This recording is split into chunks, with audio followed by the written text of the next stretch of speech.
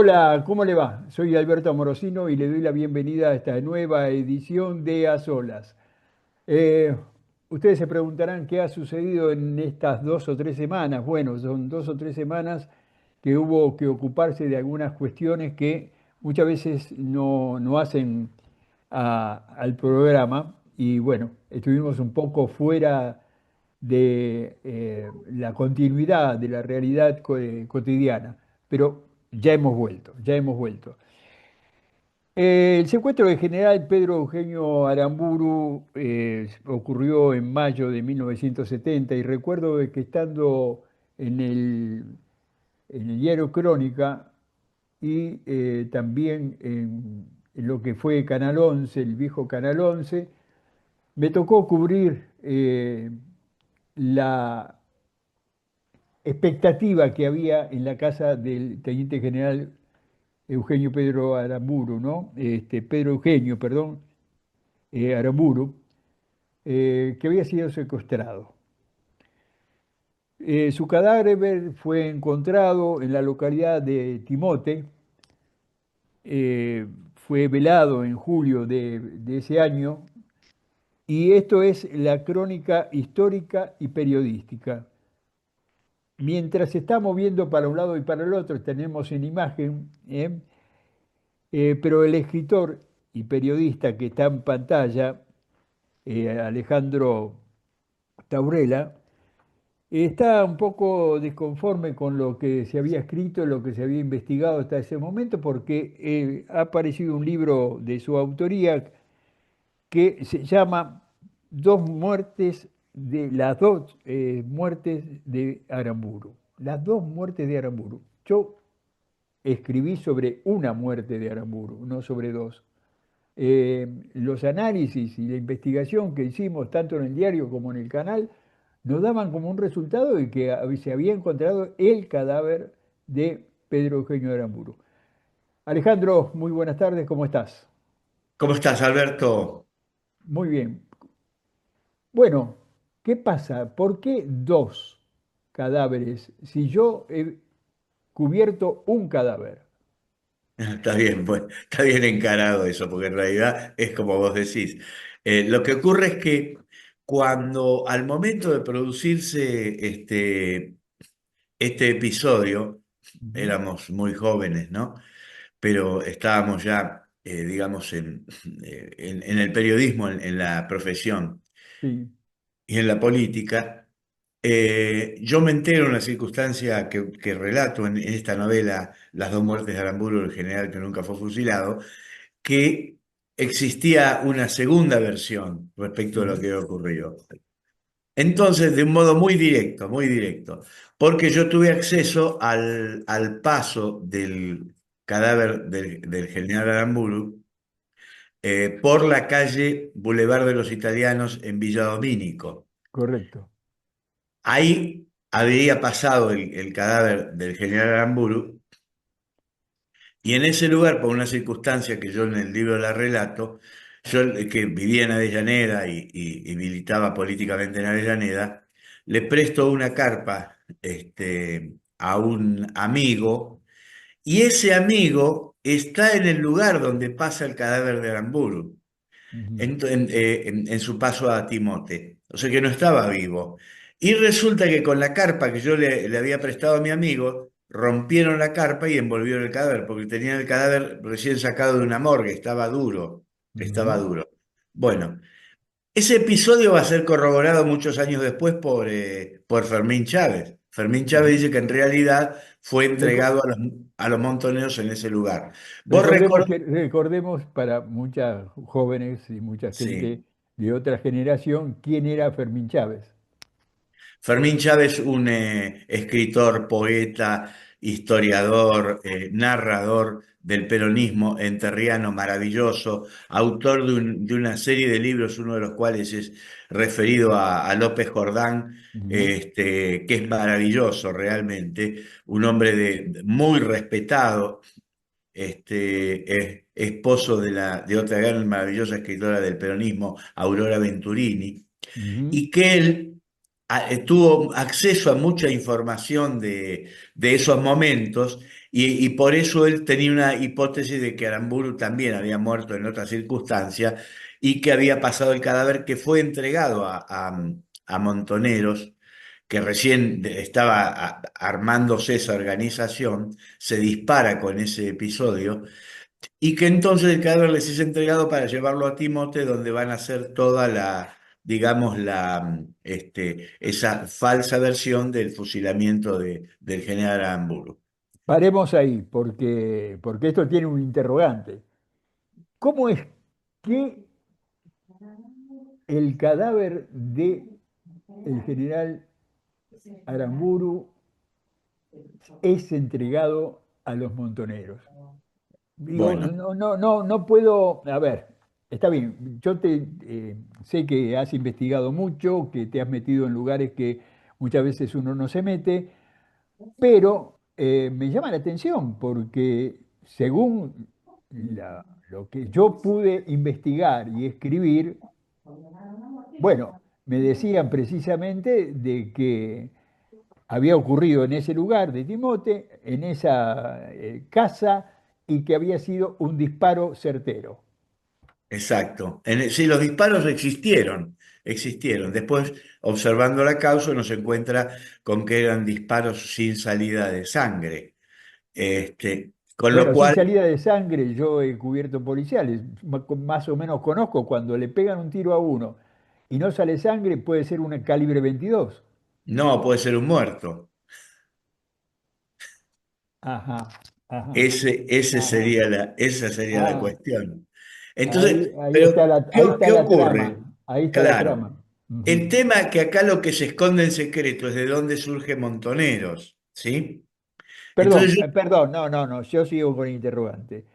Eh, si le entregan el cadáver a Montoneros, es decir, ¿quién mató a Aramburu?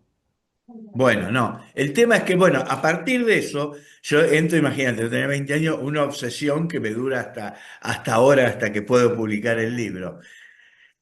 El tema es el siguiente, averiguar, bueno, si fue entregado el cadáver, qué había sucedido ahí. Bueno, Ujú. Aramburu, en realidad, ¿qué es lo que no cuentan los montoneros? Ni nadie, porque en ese momento el sector de ejército y montoneros, que coinciden, curiosamente, enfrentados a muerte teóricamente, coinciden en la totalidad del relato de que dan los montoneros sobre la muerte de Aramburu, lo cual no es muy, digamos, eso te hace poco creíble la versión. Es decir, Entonces, acá hay una teoría, una vieja teoría, de que Firmenich pertenecía a los servicios de inteligencia del bueno, por ejército por y, ahí cantaba Garay, ¿no? bueno, el general Onganía era el dueño del ejército en ese momento. Claro. Había un sector del ejército, como ya habíamos visto en el 62, que eran liberales, que eran los colorados, Ujú, y los azules, que eran los nacionalistas, ujú, ¿sí?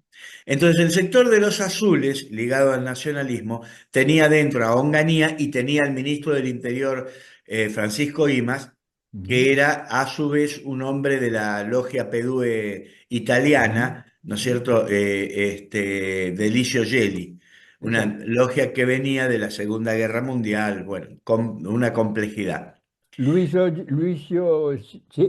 Licio Gelli, Gelli, Licio Gelli, Licio Gelli, que no solamente tenía relación con ejército, sino que tenía una relación directa con la Armada Argentina, que en ese momento también empezaba a aparecer un señor que se llamaba Macera. exactamente, tenía una influencia bastante importante en la Argentina. Ujú, ujú, Entonces, ¿qué ocurre? IMAS venía preparando una organización con alguna gente ligada a él, Mario Eduardo Firmenich, uno de ellos, que era el hombre que muchas veces cuando la gente iba al Ministerio de Guerra se encontraba que quien atendía la oficina de IMAS era Firmenich, ¿no? Esto lo ujú, cuenta, por ejemplo, el pájaro Grabois.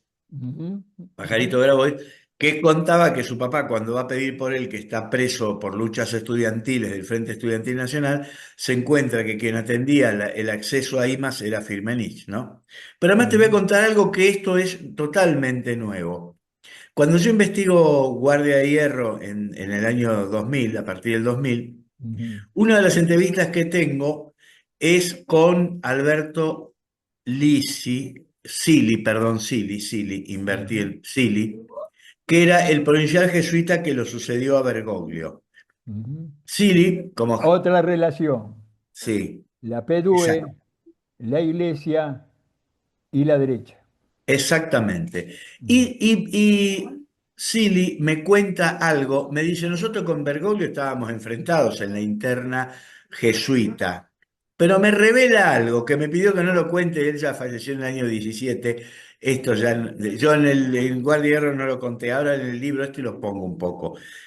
El tema es que él me dice, mira, Bergoglio es una personalidad, porque le digo, ¿qué opina usted de lo que dice Berbisky de Bergoglio? Me dice, es una barbaridad de Horacio, ¿no? ujú. Bergoglio es una personalidad. Nosotros no estábamos de acuerdo con él, estábamos diferenciados dentro de la orden. Pero yo te voy a contar algo para que ubiques la personalidad de Bergoglio, que era arzobispo en ese momento de Buenos Aires. Me dice, en 1965, nosotros se votó en la orden jesuita apoyar el golpe contra Ilia y organizar montoneros. Sí, Sí, entendemos, ¿no? golpe 65, que hace Onganía. exacto. Y organizar montoneros. Y organizar montoneros, mirá vos, ¿no? Entonces, me dice, toda la orden jesuita votó a favor de apoyar el golpe a Onganía y de organizar montoneros. Hubo un solo voto en contra en toda la orden. Ese voto fue de Jorge Bergoglio. No Ujú. quería organizar montoneros ni hacer un golpe contra Onganía. La Dice, relación y la relación y la investigación, el espionaje que se le hizo a Aramburu partía del colegio que estaba frente a su domicilio, exacto, sí, sí. donde estudiaron Cha- precisamente la gran cúpula montonera. Claro, Champañat, el colegio Exacto. Champañat, exacto. Bueno, entonces ahí se da una relación entre todo ese grupo en los cuales tuvieron incidencia varios de los tipos importantes de esa Ujú, orden. Uno de ellos, Mariano Castex, ¿no es ujú, cierto? Que está en esa organización y es el hombre que provee de hombres ligados a la iglesia, al gobierno de Onganía. Y luego también había sido el hombre que en el 1953, con un sector del radicalismo, hicieron la bomba en Plaza de Mayo en un acto del 17 de octubre que mató 9 personas. ujú. Sí, Entonces, ocurre que ahí tenés un contexto, ¿no es cierto? Ahora, tomemos ese contexto. Se arma la organización Montoneros desde adentro del gobierno, digamos, ligados ujú. sectores del ejército y sectores de la iglesia, y a su vez, ¿qué estaba haciendo Aramburu? Aramburu va a descubrir, había pegado un giro Aramburu, se había dado cuenta de muchas de las macanas que habían hecho, Sí, quería intenta quería una democratización es, política. exactamente, y descubre que sin el peronismo era imposible hacerlo, y convence a un sector del liberalismo muy importante de ir en ese camino.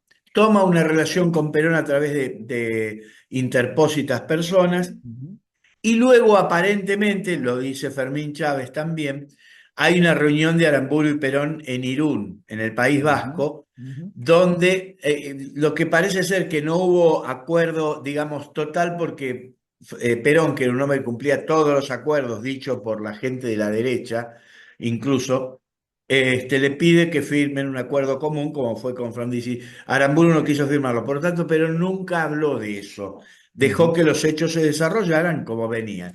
¿Qué había ocurrido? Aramburu había evolucionado incluso políticamente hacia posiciones cercanas a tal vez edificar un Estado con posiciones cercanas a lo que era la Yugoslavia en lo económico, ujú, político. Y entonces sobre esa base había edificado un destino pensando, no, hay que traerlo a Perón, hay que acordar con él y tenemos que hacer un gobierno pensado en eso.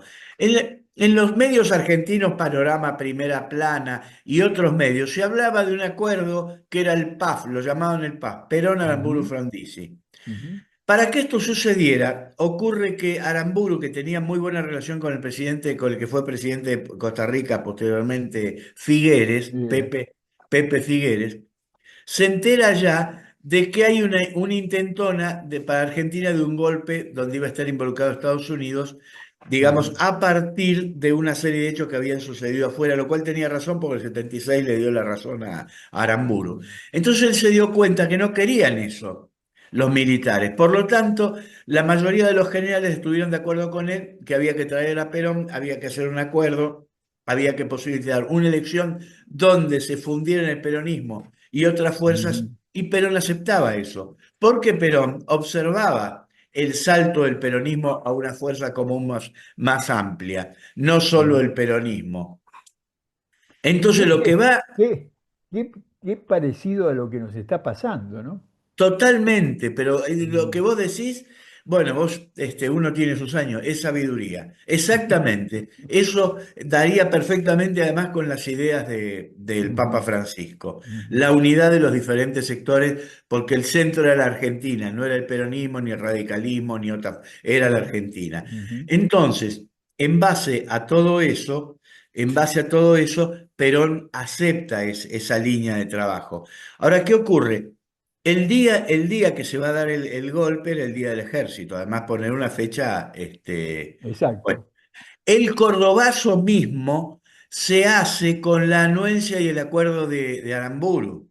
Ujú, Aramburu por eso había sectores del ejército, el general Carcaño y sus subordinados, entre los que encontraba el general Videla, aprobaron que el cordobazo se desarrollara, por eso salieron 10 horas después a la calle.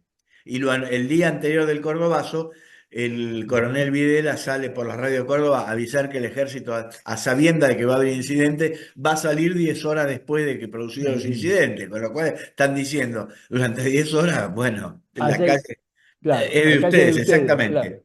Ujú, Eso lleva a la muerte de Bandor, que también estaba en todo eso, y Aramburu prepara en función de eso el golpe. El error de Aramburu fue el día final que tenía que darse el golpe, el 21 de mayo, no estar en su casa, sino estar en un lugar pertrechado y ujú, esperando que lo llamen, sin que nadie supiera dónde estaba. Ahora, ¿qué ocurre? Los dos choferes que él tenía, que le daba el ejército, eran tipos ligados a IMA, cosa que no, que jamás analizaron un error ujú, gravísimo estratégico del movimiento ese, ¿no? Ahora, el día ese nunca jamás entró nadie a la casa de Aramburu el 29 de la mañana. Esta historia de que entraron los jóvenes montoneros es una historia de Heidi, porque un ujú. general de la nación solamente lo puede tener un general de la nación. Y el día que el tipo va a dar un golpe de Estado no puede venir tres muchachos con pinta de estudiante secundario a decirle, el general lo venimos a visitar porque nos manda el ejército, ah, bueno muchachos pasen. Pará, Sí, rompés la historia. y sí, Rompés la historia. Tenés que tener los elementos necesarios para bueno, a romper Alberto. la historia. A ver, mostrame la tapa de esa parte que rompe la historia. Perfecto. Bueno, Ahora vamos a hablar dónde se presenta y todo. Pero digo, bien, se rompe la historia. Y además, un general de la nación, en ese entonces y siempre fue una parte de la organización y el protocolo militar, tiene doble custodia sí, en la puerta de la casa, es decir, el exacto, interior de la casa, y en la puerta del departamento cercano a donde, al domicilio. exactamente. Bueno, la cuestión es que esa guardia no existía, pero además eso no existió nunca. Yo consigo que un testigo ocular de ese día me cuente cómo había sido esa mañana de Aramburu. Ese Ujú, testigo ocular te vas a encontrar en el libro, es nada más y nada menos que nuestro respetado y querido Juan Carlos Pallarols, ujú, platero, que ujú. tenía su casa enfrente. Y Enfrente. él lo ve salir a Aramburu esa mañana como todos los días, cruza la calle, va al kiosco a comprar los derby que compra al Ujú, kiosquero que se llamaba Eduardo, para más datos, compra su cigarrillo y vuelve y se mete en el túnel y sale con el auto como todos los días. Entonces ujú, todo ese episodio no sucedió nunca. ujú, ujú, Bueno, ahí cuando sale, en el auto, los dos militares le anuncian que tienen que ir al regimiento Patricios, que le dieron la orden de ir para allá. Aramburu se niega, se resiste, los tipos dicen que no puede hacer otra cosa, Aramburu se desmaya. Vuelve en sí, vuelve a gritar, se pone muy mal y al caer la segunda vez fallece. Ahí comienza la historia. Comunicación con IMAS, hospital militar, cosa que lo dice también el ex jefe de policía de la provincia de Buenos Aires, López Ujú, Aguirre, ujú, padre de López Murphy, en el tiempo de Ilia, él dice que sucedió lo mismo. Entonces lo tienen ahí unos días y luego va a Villa Domínico para ser entregado a estos muchachos. Ahí comienza la otra historia. Ahora bien, ujú. ahí Farsa de montoneros. y, Farsa, y el, farsa que costó la vida a centenares de hombres y mujeres y adolescentes que quisieron participar de esa movida. honestamente, claro, honestamente. El enemigo del señor Firmenich y sus amigos no era el régimen, era un Ujú. señor que se llamaba Juan Domingo Perón, general del Exacto. ejército, presidente de la nación. Ese es el punto central. Ujú, Entonces, ante una situación de ese tipo, ahí se opera la necesidad de los intereses, de muchos intereses internacionales como los de Inglaterra, que estaban expresados por el historiador inglés Ferns, que en un libro de él, del año 72, poco antes, poco después de que ellos van a hacer ese episodio, dice que la única forma de eliminar la justicia social que impuso el peronismo es con una guerra civil desoladora. Entonces, esa era digamos, la línea internacional que se operaba en todo esto. Bueno, nos Sí. frenamos acá, porque te conozco. Nos frenamos acá. Eh, ¿El libro cuándo va a ser presentado? Va a ser presentado el 13 de junio, viernes 13 de Ujú, junio, a las 18 horas en la Biblioteca del Fondo de Cultura Económica en Costa Rica, 4568 de Palermo, exacto. donde estás invitado, por supuesto, invitado Ujú, especial Alberto. ujú, Y vamos a estar ahí, va a estar Gustavo Silvestre y Hernán Brienza haciendo la presentación ujú, con la editora y responsable de la editorial Marea, que han hecho un trabajo impresionante porque hubo que, imagínate que son 25 años escribiendo, la ujú, edición compleja, ellos hicieron un trabajo fundamental y mi mujer, Mercedes Pérez Savi, ujú, ujú, autora de la novela La Grasita, ujú, sobre el bombardeo del 55, una novela juvenil. Entonces, con todos ellos trabajando mucho, llegamos a esta edición que es la que vos vas a leer ahora. muy bien, dicho esto, y ya sobre un minuto, mira, un minuto te doy, un minuto y medio. ¿Vos pensás que el peronismo, eh, kirchnerismo, puede haber una unión que deje a la provincia de Buenos Aires en alto y no bombardeada por el mileísmo? Sí, yo pienso que sí. El problema que existe en todo esto es que las uniones son por arriba y eso nos pone en situaciones serias, pero vamos hacia una unidad por abajo que va a surgir de hechos que nosotros a veces no tenemos ni idea de ellos y que es la nueva etapa, que vamos a volver a aquella idea de los argentinos, es decir, no hay necesidad, si somos peronistas, no tenemos necesidad de que todos sean peronistas para estar de acuerdo con nosotros. Tenemos que hacer una unidad amplia. Vamos a hablar en otro momento sobre esto que se viene, que Sí. está allá a la puerta, donde alguna señora, en lugar de dar un portazo, deja entreabrir la puerta para ver si se puede salir a jugar. Claro, exacto. Alberto, Gracias por tu tiempo, nos no, vemos en gracias a la vos, Alberto, presentación. y siempre satisfecho de estar con vos en tu programa, ¿eh? Gracias. Gracias también a ustedes por dejarnos entrar en su hogar para tratar temas como estos que evidentemente nos interesan a todos. Dios mediante, la semana próxima nos volvemos a encontrar en esto que hemos llamado A Solas. Andar, obra social de viajantes vendedores de la República Argentina. Planes de salud para empleados en relación de dependencia, monotributistas y particulares. Solicita un asesor comercial al 0810-345-0184.